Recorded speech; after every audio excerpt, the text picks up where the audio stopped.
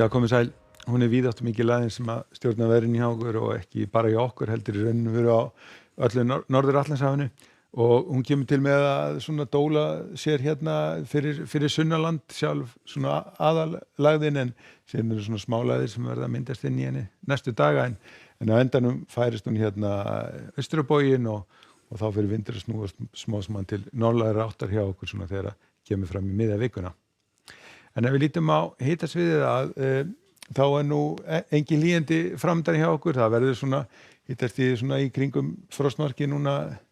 næsta sólarhringinn en síðan fyrir að kólna og þá verður komið finna frost allt land svona þegar það kemur fram í vikuna. En svona þróunin núna næsta sólarhringinn, við sjáum hérna 3 smálægðir hérna svona inn í þessari stóru og ein þeirra kemur nú hérna upp að suðvesturströndinni í nótt með einhverju smá snjókomu væntanlega en annars verður áttin svona nokkuð suðlæg eða austlæg hjá okkur á morgun og má gera ráð fyrir því að það verði nú einhver svona smá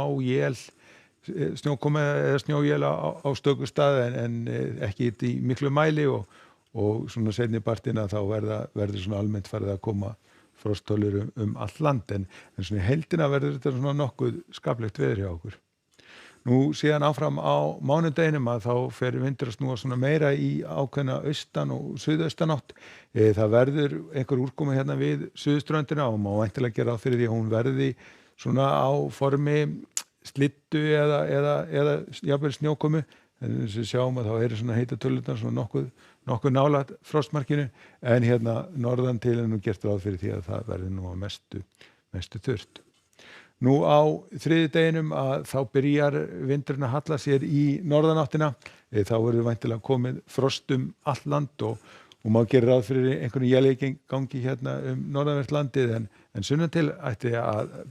birta til og við getum farið að svona sjá nokkuð víða til sólar.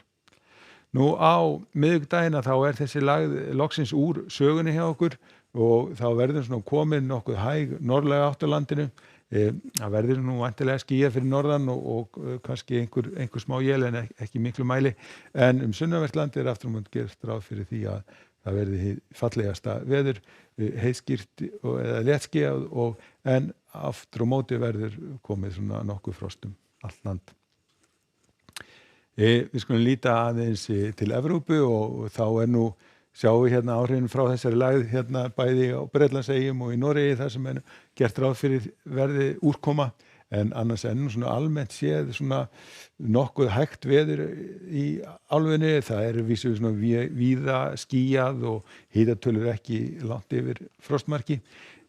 Á Íberíuskaganum aftur á móti loksins farið að létta til í bili allavega og má gera ráð fyrir því að það sjáist víða til sólar á morgun eins og nú gert ráð fyrir að verði nú svona nokkuð bjart hérna á Norður Ítalíu og í kringum Alpana og sömuleiðis hérna sunnan til á Balkanskaganum.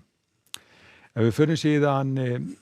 til vestur hafa þá nú ansi vetrilegt hérna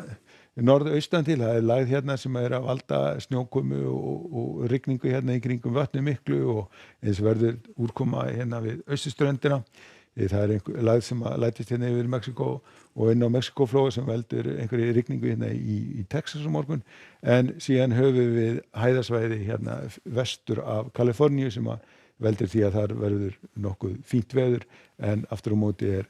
enn á ný rigning í Seattle.